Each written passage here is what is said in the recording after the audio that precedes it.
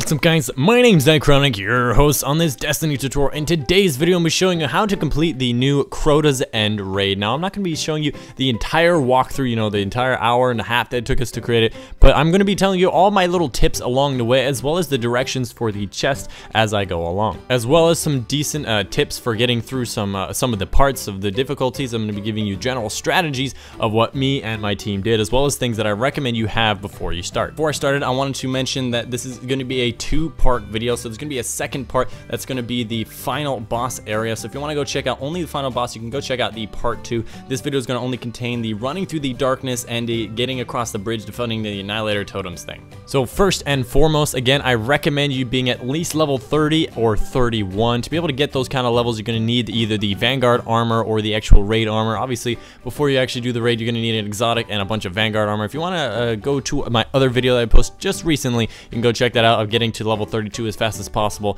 That can definitely help you out getting to the level 30s and 31s. Another thing I recommend is having at least the Icebreaker or the Gallahorn or some type of fire weapon other than the Murmur. Of course, I also recommend the Murmur because it's actually a very, very good secondary. Anything with fire damage, something that does a lot of damage. Again, the Gallahorn and the Icebreaker do a lot of fire damage, so they're very, very important, especially for the end, to be able to just launch those things and just kill something that has a lot of health. So without further ado, we're just going to start off on the first part of the mission. You're going to first, obviously, drop down the hole. Once you get down there, your objective is basically to go from light to light. So you run from light to light and get to the last light, which will open a bridge. So basically, the thing is called a weight of darkness. You can see them start to stack up to weights of darkness times 10 on your character. And as you do that, you are less able to sprint. You sprint slower, you walk slower, you can't jump, you can't double jump, to the point where you can't sprint, double jump, or at all once you get times 10, and you are very, very slow. To get this thing actually unweighted, or to take off the weight of darkness, you have to reach the lights, and these lights will actually slowly take away your darkness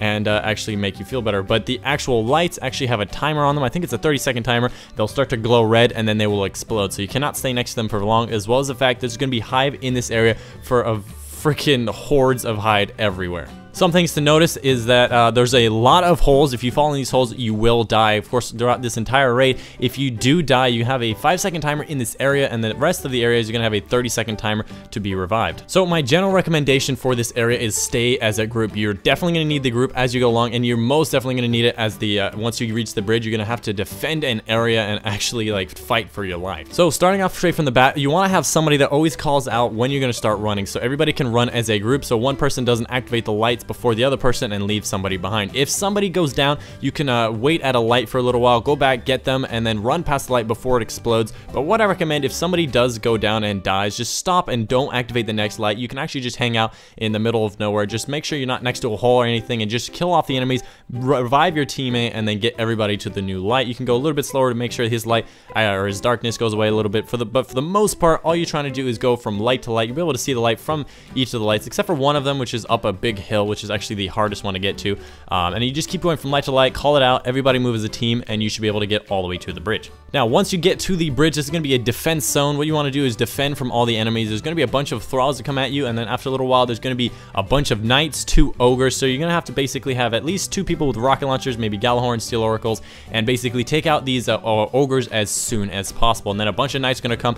A bunch of the other guys are going to want to focus on the cursed thralls as well as the thralls along the way. So you're going to have a lot of enemies coming at you. The ogre is going to be #1 priority, and then the knights are going to be pretty hard, and of course the cursed thralls are very, very important as well. We tried doing some type of titan shield thing, and it was kind of good but kind of bad, so you're gonna have to play around with that. But basically, you have to stand on this pad. Somebody has to be on this pad, and once it finishes making, then everybody can just run all the way across. You only need one person to make it across that bridge, and once you get over there, the light starts to fade away your darkness, so you'll be able to actually be in the light, and there'll be no more darkness. And once you run all the way to the end, a big bright light will hit you. You'll get your first set of gear, and you'll be able to actually get that amount. And that's the end of the first part. Another tip is that there's actually a chest in the first area, right where you basically spawn, or after you fall down the hole, that area where you spawn, there's actually a chest in that area. There's going to be 2 different locations straight off from the start. If you want to know where those chest locations are, check out a recent video of mine, a previous video. It's going to be the chest raid the raid chest location. Make sure you go check that out if you want to get some extra raiding shards and armor pieces, and generally just a bunch of raid stuff. So once you get to the second area, you're going to have 2 totems, 2 Annihilator totems, what they're called, and 1 one center bridge. So your objective on this one is actually to get everybody across the bridge, but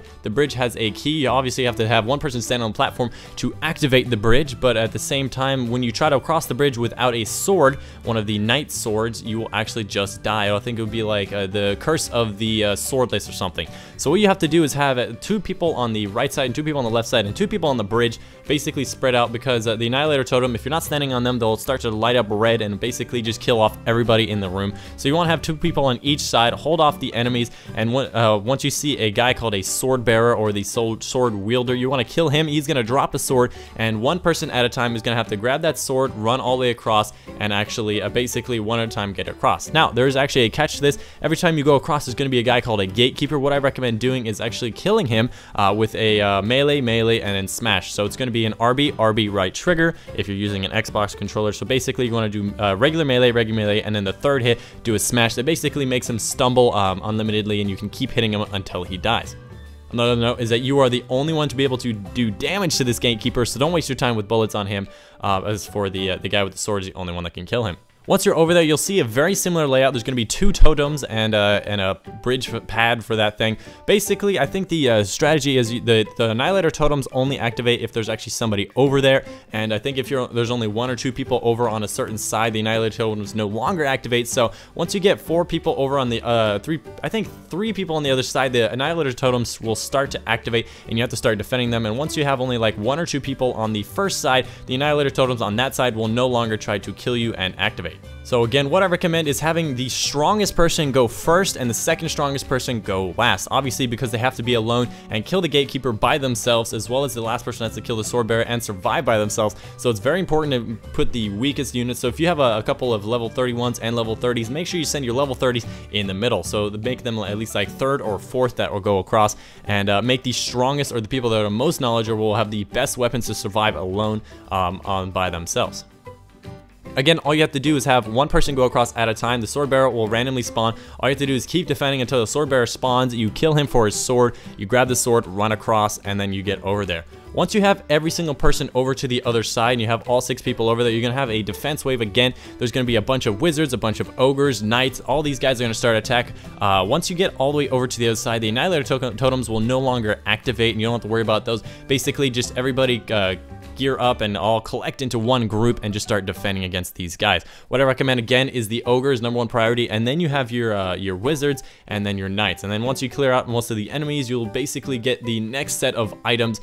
The little thing is like, hey, you completed a checkpoint, and that will be the end of your second checkpoint, and you'll get a bunch of items, your raid gear, and all that stuff. Right after you do this, you're gonna walk through a passageway. The second raid chest is actually just ahead. There's gonna be a bunch of thralls in a curvy hallway. There's gonna be a bunch of like little columns in the middle of the pathway. What you want to do is run all the way past this pathway as fast as you can, because there's gonna be a raid chest and there's gonna be a door that closes. Now, I don't have a video on my channel that shows this, but I think NoahJ456 does have one on his channel. I might show it on screen, I'm not too sure. I've never actually made it, but if you can get 1 person in there, you can get in there and open it for the rest of them. So again, all you have to do is rush as fast as possible, get all the way to the end. There's gonna be a big hole in the ground, go over the hole, and there's gonna be a door right behind it. It's gonna close as you're getting next to it, and you just run straight in. And then you have to wait for your teammates, and then after a little while, the door will open. I think a friend of mine said you have to actually hold your ghost out, so hit select on the thing, and it'll be able to open the door for the other people outside, and then everybody can go in and grab that raiding chest. Once you do this, all you have to do is drop down the hole, and you are on the 3rd part. You're not actually at Crota yet, but you're at the part right before Crota. So before you can fight Crota, you have to actually destroy his wizards and his shriekers. So the general strategy for this is actually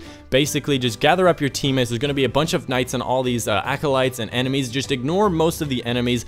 Just rush up these stairs to the left and go kill the guy on the right side. Basically, there's going to be a wizard over there. You have to kill off the wizard first, and then a shrieker will spawn. You have to kill off the shrieker. And once you do that, you want to go around, go back around through the middle, and then go to the left side. Do the same thing. There's going to be another wizard and a shrieker. Take those out. Once you do that, the middle area is going to open, and there's going to be this last wizard. Now, you have to kill these guys extremely fast, so you cannot take your time with this, because after I think 2 minutes and 25 seconds, the liturgy will kill you. So after I think 2 minutes, this guy will be like, this wizard is going to be summoning a liturgy. That's what it's spelled, Liturgy.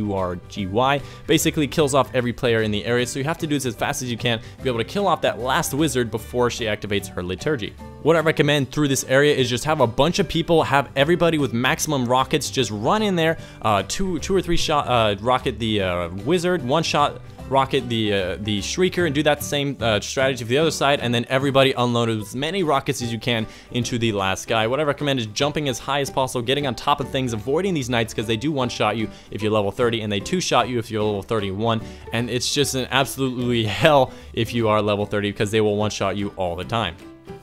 So again, what I recommend is just standing on top of things. There's going to be a bunch of things along the side of the wall that you can jump up top, and those will keep you safe from the guys that actually don't shoot back at you. So once you've actually gotten to that middle chamber, again, all you're going to need to do is fire as many rockets, as much heavy ammo downrange, just kill the hell out of that wizard. And once you kill him, then your team can wipe. Now, I don't think you can do it immediately, but I know after a few seconds, it'll basically be, oh, you've killed the wizard, you can wipe. You can still kill all the enemies, but it will take a long time because they all have yellow health, they're all level 32, and they take a lot of damage. After you wipe or you actually kill off all these guys, everybody has to go back to the top floor where that wizard is, and everybody needs to gather around the crystal. Now, this is actually a checkpoint right here, right before you fight Crota, and here's where the real battle begins. But anyways, that's the end of this first part video. You want to check out the second part, go ahead and go to my channel. You can go ahead and click on my name as well as go search for it. It's going to be the video that's released right after this video, so if it's released just recently, you should be able to easily find it, and if it's not released, it's going to be released tomorrow. If you guys are the hardcore fans, you're already seeing this video right as the day releases, so that's going to be the reason why you can't find it yet. And the next part is going to be on the final fight with Crota, as well as that witch fight right before it. Again, if you had any questions, make sure you leave them down in the comments down below. I'd love to see your feedback. If you have any other better ways of doing it, also leave them down in the comments below. If you want to see other ways to do it, make sure you go check out the comments down below, because there's tons of people that know better than me. I'm just giving you my synopsis of what I did to get through the raid in about an hour and a half, and it's actually a very efficient strategy, and I had a lot of good friends doing it. But anyways, that's pretty much the video. If you did like it, leave a like down below. It really helps the channel. It really shows your support for this video. It did take a long time to compile this video, as well as create all the content and actually do the raid, so I would really be appreciated if you could leave a like down below and let me know what you thought in the comments, as well as subscribe for more Destiny content in the future. But anyways, I've been your host, Destiny Crota, and I'll see you guys on the next one.